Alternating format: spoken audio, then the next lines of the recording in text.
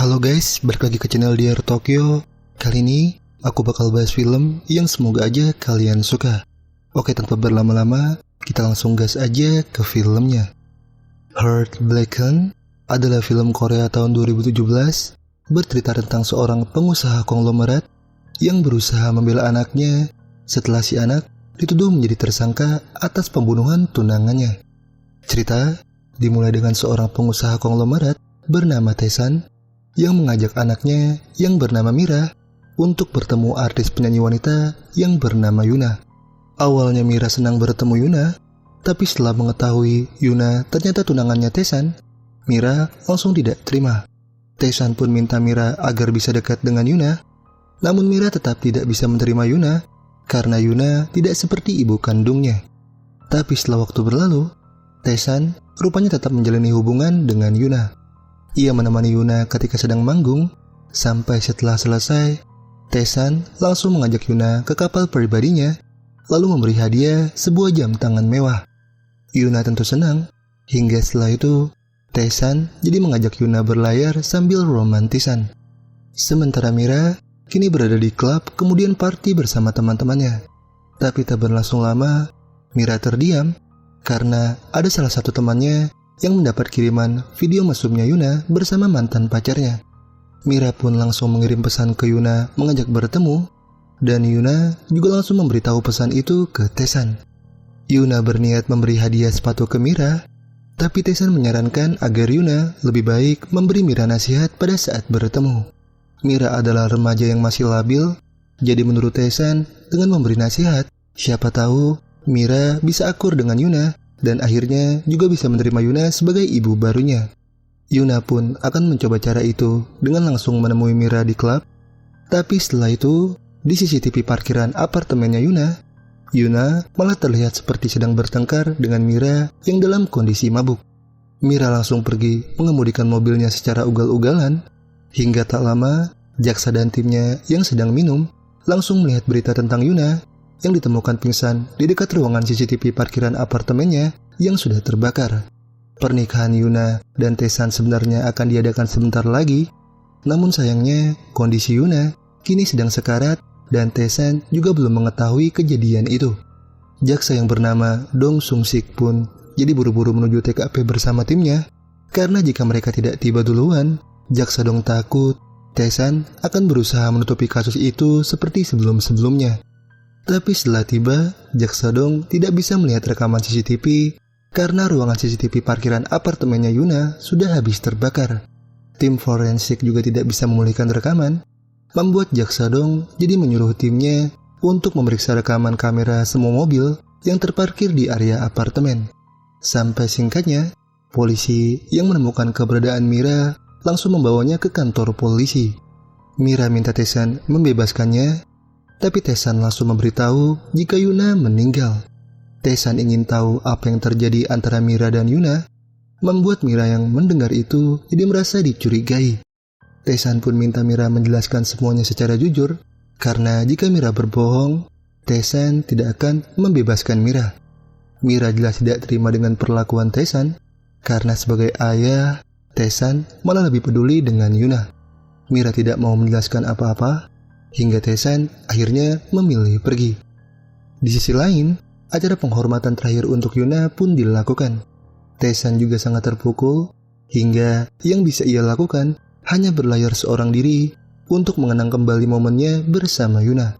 Setelah waktu berlalu, penasihat hukum perusahaan Tae-san memberi laporan bahwa Mira bisa divonis 15 tahun penjara. Penasihat hukum berusaha membuat Mira menjadi tidak bersalah, tapi hal tersebut sepertinya sulit karena asistennya Tae-san baru saja menemukan sebuah video game di laptop Mira, yang mana karakter Mira di dalam video game itu terlihat menghabisi karakter Yuna dengan sangat brutal.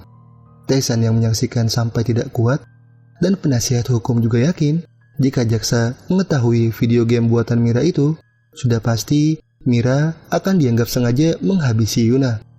Tae-san pun minta video game itu disebarkan ke Facebook, membuat penasihat hukum jelas keberatan karena hal tersebut bisa merugikan perusahaan. Tapi Tae-san tetap minta disebarkan karena ia yakin video game itu akan menjadi skandal yang membuat banyak orang tertarik dengan perusahaan mereka. Tae-san pun langsung menyuruh penasihat hukumnya menemui seorang pengacara bernama Hee-jung. Hingga sekembalinya ke hunian, Hee-jung langsung memberitahu hal tersebut ke temannya. Hee-jung direkrut menjadi pengacaranya Mira, dan si teman yang tahu Mira anaknya Tae-san jelas tidak menyangka. Singkatnya, Hee-jung akhirnya mengunjungi Mira yang sebelum-sebelumnya tidak pernah mau dikunjungi. Mira kini terlihat senang, dan Mira juga langsung mengaku jika ia tidak bisa mengingat apa-apa dan sering pingsan. Mira juga tahu dirinya sedang menjadi topik utama di Facebook, tapi Hee-jung yang tak mau membahas memilih memberi Mira makan dan minuman kesukaan. Setelah itu, Hee-jung menemui Tae-san di perusahaan, dan Tae-san juga langsung membahas pengakuan Mira yang sering pingsan. Tae-san bertanya apakah Hee-jung percaya, dan Hee-jung yang tanpa ragu pun mengaku percaya dengan pengakuan Mira. Hee-jung juga yakin Mira tidak bersalah, hingga Tae-san yang mendengar keyakinan Hee-jung itu jadi minta Hee-jung lakukan yang terbaik untuk membela Mira. Setelah itu, Tae-san ke hadapan para wartawan dan langsung menegaskan bahwa putrinya tidak bersalah. Jaksa menahannya tanpa punya bukti yang kuat, dan Hee-jung juga menambahkan akan segera merilis pernyataan resmi dari Mira. Di sisi lain, Jaksa Dong dan timnya kini menyaksikan video ilustrasi dari tim forensik tentang penyebab kematian Yuna, yang mana Yuna tewas karena ditabrak mobil hingga mengakibatkan kepalanya terbentur tembok. Jaksa Dong akan menjadi jaksa penuntut untuk kasus Yuna, hingga Hee-jung yang melihat berita tersebut dan berita video game Mira yang sudah tersebar, jadi hanya bisa menghela nafas. Malamnya, asistennya Tae-san yang bernama Pak Jung bersiap membobol toko reparasi elektronik. Tapi karena pemilik toko melihatnya dari CCTV, Pak Jung yang gagal melancarkan aksinya jadi langsung mengabarkan Tae-san. Singkatnya, persidangan Mira atas kasus tewasnya Yuna akhirnya dilaksanakan. Hee-jung sempat keberatan dengan Jaksa Dong yang minta kesaksian Mira, tapi hakim tetap ingin Mira bersaksi karena dalam kasus tersebut kesaksian Mira sangat dibutuhkan, meskipun kesaksian tersebut nantinya akan merugikan Mira. Hakim pun langsung minta Mira maju, hingga Jaksa Dong langsung menanyakan tentang hubungan Mira dan Yuna. Mira pun mengaku tidak menyukai Yuna, hingga Jaksa Dong yang mendengar itu jadi yakin jika Mira sangat membenci Yuna karena Yuna menjadi tunangan ayahnya. Ketidaksukaan Mira sudah cukup menjadi motif Mira untuk menghabisi Yuna, tapi dugaan tersebut langsung dibantah Hee-jung. Jaksa Dong pun menanyakan kebenaran tentang pertemuan Mira dengan Yuna, dan Mira langsung membenarkan hal itu. Mira memang datang menemui Yuna di parkiran apartemen, namun saat menunggu Yuna, Mira ketiduran di mobil dan setelahnya Mira tidak ingat apa-apa. Jaksa Dong jelas tidak percaya, tapi Mira meyakinkan memang begitu kenyataannya. Mira sengaja menunggu di parkiran karena ia tidak suka masuk ke apartemennya Yuna, tapi Mira malah tertidur karena malam itu Mira habis minum. Ketika terbangun, Mira sudah berada di kapal pesiar ayahnya, tapi Jaksa Dong yang mendengar itu tetap tidak percaya. Jaksa Dong menunjukkan rekaman CCTV bahwa setelah kejadian Mira mengendarai mobil, tapi sambil menangis, Mira tetap mengaku tidak ingat apa-apa. Hee-jung lalu bertanya, apakah Mira pernah mengemudikan mobil setelah minum? Tapi Mira mengaku tidak pernah karena setiap habis minum, ia selalu dijemput oleh Pak Jung, asisten ayahnya. Hee-jung jadi bertanya mengapa malam itu Mira memutuskan mengendarai mobil, tapi Mira mengaku benar-benar tidak ingat apa-apa. Hee-jung pun jadi memohon ke hakim agar membebaskan Mira dari tuduhan tersangka, karena pihak jaksa menggugat Mira hanya berdasarkan rute yang dilalui mobil Mira pada malam itu. Mira setelah mabuk biasanya dijemput oleh Pak Jung, jadi bisa saja yang mengendarai mobil di malam itu bukanlah Mira. Setelah waktu berlalu, timnya Jaksa Dong yang sudah mendapat riwayat panggilan di hari kejadian langsung memberitahu bahwa di malam kejadian, Mira memang mengirim pesan ke Yuna dengan mengajak bertemu di klub. Mira juga menghubungi Pak Jung agar menjemputnya. Sampai tak lama, Yuna tiba di klub dan bertemu Mira.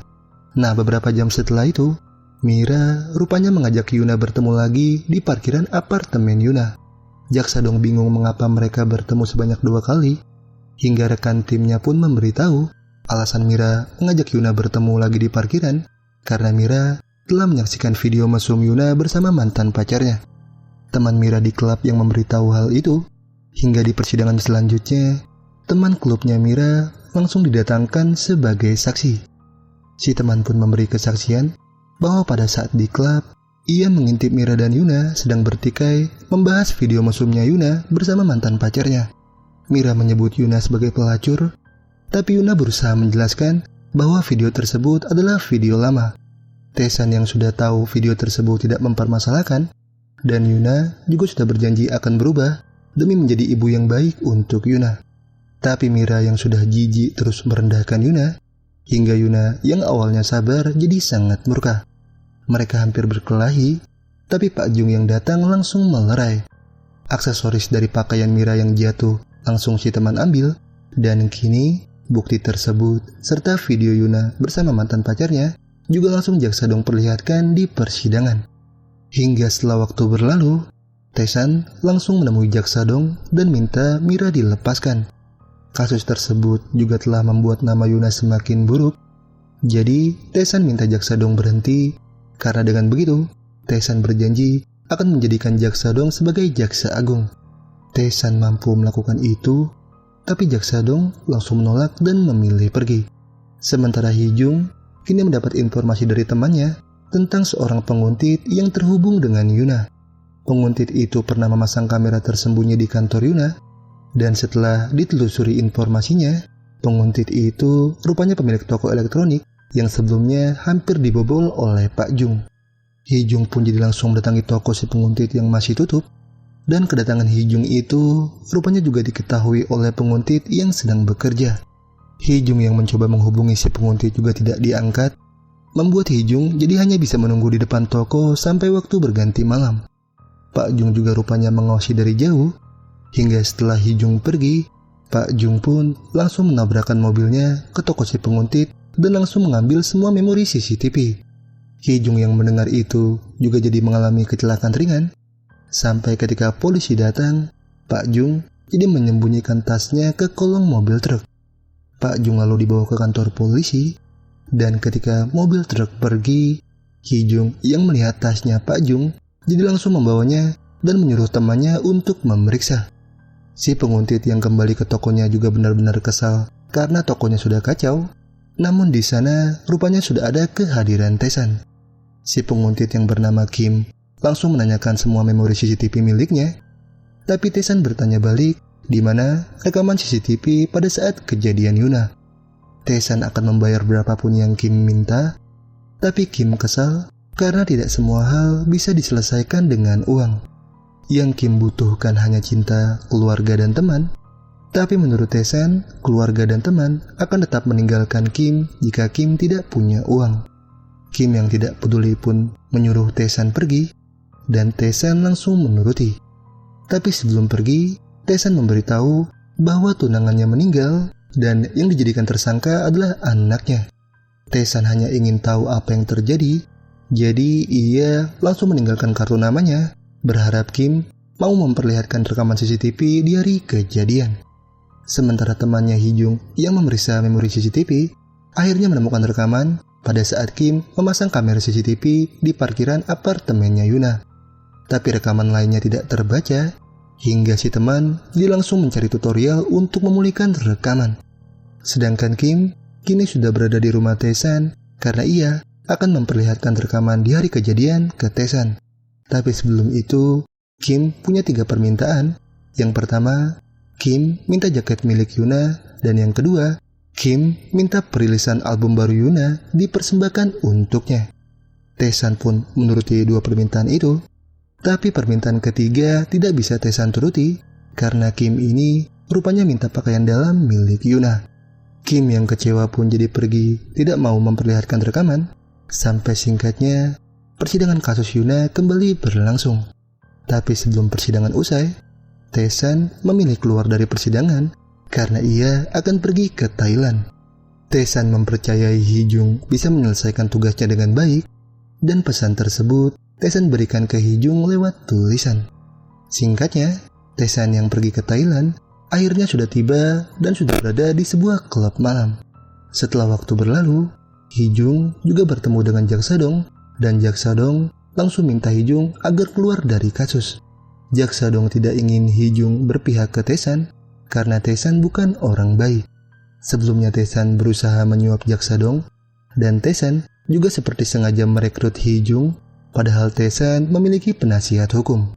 Jaksa Dong yakin Tae-san punya niat buruk ke Hee-jung, jadi sebagai senior, Jaksa Dong berharap Hee-jung keluar dari kasus. Semua itu untuk kebaikan Hee-jung sendiri, tapi Hee-jung menolak dan ia memilih untuk terus membela. Jaksa Dong yang sadar Hee-jung keras kepala pun jadi memilih pergi. Sampai singkatnya, Hee-jung yang mabuk karena menghabiskan banyak minum langsung dihampiri oleh Tae-san yang sudah kembali dari Thailand. Setelah itu, Jaksa Dong yang berada di kantor mendapat laporan dari rekan timnya yang mana si rekan baru saja dihubungi oleh Kim yang mengaku punya rekaman CCTV di hari kejadian. Jaksa Dong jelas langsung menghubungi Kim. Hingga di hari selanjutnya, temannya Hee-jung yang sudah berhasil memulihkan rekaman CCTV juga langsung memperlihatkannya ke Hee-jung. Hee-jung pun menontonnya, namun setelah itu ia kaget karena ternyata yang bertengkar dengan Yuna di parkiran apartemen adalah Pak Jung. Pak Jung pun langsung dipanggil ke persidangan sebagai saksi, dan setelah Hee-jung bertanya tentang hubungannya dengan Yuna, Pak Jung langsung mengaku jika ia adalah manajer Yuna sekaligus penggemarnya. Hubungannya dengan Yuna juga berjalan baik, dan ketika Hee-jung menanyakan apa yang terjadi di parkiran apartemen Yuna, Pak Jung mengaku tidak tahu apa-apa. Pak Jung hanya melihat Yuna tiba-tiba sudah pingsan di dekat ruangan CCTV yang sudah terbakar, hingga Hee-jung yang mendengar pernyataan itu jelas tidak percaya. Hee-jung tahu Pak Jung sempat datang ke toko jam tangan mewah setelah Yuna meninggal, dan Hee-jung bisa mengetahui semua itu karena sebelumnya Tae-san memberitahu bahwa jam tangan mewah yang sebelumnya Tae-san hadiahkan ke Yuna rupanya diambil Pak Jung. Hee-jung pun jadi menduga Pak Jung sengaja menghabisi Yuna demi bisa menjual jam tangan mahal itu, tapi Pak Jung tidak mau menjawab. Pak Jung berusaha berdalih ketika Hee-jung menanyakan apa yang Pak Jung lakukan kepada Yuna di tempat parkir, hingga hal itu justru membuat Hee-jung semakin yakin jika Pak Jung lah yang mengemudikan mobil Mira di malam kejadian untuk menghabisi Yuna di tempat parkir. Pak Jung masih terus membantah, tapi sekeras apapun usahanya mengelak, Hee-jung tetap yakin jika Pak Jung lah yang menghabisi Yuna. Pak Jung jelas makin tidak terima, namun hakim akan tetap memeriksa semua dugaan Hee-jung sebagai bukti baru. Hakim lalu mempersilahkan Jaksa Dong menanyai Pak Jung, tapi Jaksa Dong langsung menduga jika Pak Jung sengaja dijadikan seperti pelaku karena Pak Jung sudah dibayar oleh Tae-san. Pernyataan tersebut jelas membuat Hee-jung keberatan, hingga hakim tentu langsung memperingati Jaksa Dong. Jaksa Dong pun minta maaf, namun ia tidak percaya jika Pak Jung adalah pelakunya. Sidik jari Pak Jung memang ditemukan di ruangan CCTV parkiran apartemen Yuna, tapi Jaksa Dong tetap tidak percaya sebelum ia melihat rekaman CCTV yang dimiliki oleh Kim. Hee-jung dan Tae-san jadi agak panik mendengar Kim akan datang menjadi saksi kunci. Namun ketika asisten jaksa menghubungi Kim, ponsel Kim rupanya tidak aktif. Jaksa Dong jadi memohon ke hakim agar menunggu Kim, hingga hakim langsung memberikan waktu 20 menit. Tae-san yang panik pun langsung minta Hee-jung menghentikan Kim, membuat Hee-jung bingung karena padahal pelakunya sudah jelas yaitu Pak Jung. Mereka punya bukti rekamannya, namun entah mengapa Tae-san tetap ngotot menyuruh Hee-jung untuk menghentikan Kim. Tae-san yang mendapat kabar Kim ada di parkiran pun bergegas pergi untuk menculiknya. Sementara Hee-jung juga langsung mencoba meyakinkan Jaksa Dong bahwa Pak Jung adalah pelakunya. Hee-jung akan menyerahkan bukti, namun Jaksa Dong yang mendengar Kim sudah tiba langsung pergi karena yang ia butuhkan adalah rekaman milik Kim. Tae-san yang bertemu Kim duluan pun berusaha mencegah Kim dengan menawarkan Kim uang, tapi karena Kim menolak, membuat anak buahnya Tae-san jadi menangkapnya. Tae-san minta Kim memberikan flash disk yang berisi rekaman kejadian, tapi Kim malah melempar flash disk itu ke Hee-jung sambil berteriak bahwa pelaku sebenarnya ada di sekitar mereka. Hee-jung pun jadi ragu memberikan flash disk itu ke Tae-san, tapi Tae-san langsung merampasnya dan minta Hee-jung agar menyelesaikan tugas sesuai perintahnya. Hee-jung pun jadi sadar Tae-san berusaha menyembunyikan sesuatu, hingga akhirnya saat persidangan dimulai, Hee-jung yang kecewa jadi memilih memberitahu Jaksa Dong bahwa rekaman yang Jaksa Dong tunggu dari Kim kini ada di tangan Tae-san. Jaksa Dong pun langsung memberitahu hal tersebut ke hakim. Hingga setelah itu, Jaksa Dong langsung menjadikan Tae-san sebagai saksi. Hee-jung sudah tidak lagi berpihak padanya. Hingga setelah Tae-san bersumpah, Jaksa Dong langsung memohon ke hakim agar diizinkan untuk mengambil flash disk yang ada pada Tae-san. Jaksa Dong sudah mendapat surat penggeledahan, hingga Tae-san jadi tidak berkutik ketika Jaksa Dong mengambil flash disk itu dari tangannya. Hakim dan Hee-jung mempersilahkan rekaman di flash disk itu diputar, hingga setelah diputar, seisi persidangan langsung tercengang karena yang menabrak dan menghabisi Yuna di dalam rekaman itu ternyata Tae-san. Ada kehadiran Mira juga di dalam video itu, tapi sekarang Mira yang menyaksikan ayahnya sebrutal itu malah langsung pingsan. Jaksa Dong pun langsung memberi pernyataan bahwa alasan Tae-san menghabisi Yuna karena Tae-san murka setelah melihat video mesumnya Yuna bersama mantan pacarnya. Jaksa Dong mempersilahkan Tae-san membuat pernyataan, tapi tanpa merasa bersalah, Tae-san malah menyebut jika Yuna memang pantas mati. Alasan Tae-san menjebak Mira karena Mira hanya tahu soal uang. Jadi, menurut Tae-san, jika Mira yang dipenjara, Tae-san masih bisa mengurus perusahaan dan para pekerjanya. Jaksa Dong yang tidak akan memaafkan Tae-san pun langsung minta Tae-san ditahan, hingga Tae-san yang sudah tidak berkutik pun jadi tidak melakukan perlawanan. Persidangan Tae-san pun akan diadakan dalam beberapa pekan, hingga setelah waktu berlalu, Hee-jung akhirnya bisa membuka firma hukum sendiri. Jaksa Dong berterima kasih ke Hee-jung yang sudah membantunya menyelesaikan kasus Yuna, karena gara-gara hal itu, Jaksa Dong setelah itu jadi mendapat kenaikan jabatan. Hee-jung juga kembali didatangi oleh penasihat hukum perusahaan Tae-san, yang mana si penasihat hukum rupanya minta Hee-jung menjadi pengacaranya Tae-san. Hee-jung yang kesal pun jadi mengunjungi Tae-san di penjara, dan Tae-san langsung mengaku alasannya menjadikan Hee-jung sebagai pengacaranya karena ia ingin membantu Hee-jung yang baru membuka firma hukum. Tae-san tahu Hee-jung perlu uang untuk membayar sewa tagihan dan hal lainnya, jadi makanya ia memilih Hee-jung. Tapi Hee-jung sudah kecewa karena Tae-san hanya memanfaatkannya untuk menangkap Pak Jung. Tae-san sebelumnya menjadikannya sebagai pengacara Mira, dan sekarang Hee-jung minta Tae-san menjelaskan tujuannya mengapa menjadikan Hee-jung sebagai pengacaranya. Hee-jung minta Tae-san tidak berbohong lagi, tapi Tae-san akan menceritakan semuanya jika Hee-jung menandatangani kontrak lebih dulu. Hee-jung pun menuruti, namun ia tidak akan melakukan yang terbaik untuk membela Tae-san. Tae-san pun tidak mempermasalahkan, karena yang penting sekarang mereka punya hubungan antara pengacara dan klien. Di sisi lain, Pak Jung mengantar Mira ke rumah baru. Pak Jung berpesan agar Mira menjalani hidup dengan baik, karena jika Mira membuat masalah, tidak akan ada lagi yang menolong Mira. Pak Jung minta dihubungi jika Mira butuh apa-apa, tapi Mira langsung minta dipertemukan dengan Tae-san karena ia merasa Tae-san tidaklah membunuh Yuna. Mira yakin akan hal itu karena Mira tahu wanita yang ada di dalam rekaman CCTV pada saat kejadian bukanlah dirinya. Mira tidak pernah merasa melihat Tae-san membunuh Yuna, jadi sekarang sebagai permintaan terakhir, Mira minta Pak Jung menjelaskan semuanya. Pak Jung pun merasa berat, karena jika ia menceritakan semua kebenarannya, Mira tidak akan sanggup menerimanya. Mira pun meyakinkan siap menanggungnya, hingga Pak Jung jadi langsung memberikan ponsel yang di casing belakangnya terdapat sebuah kunci. Mira pun langsung mendatangi Hee-jung dan minta bantuannya untuk mengecek isi ponsel itu.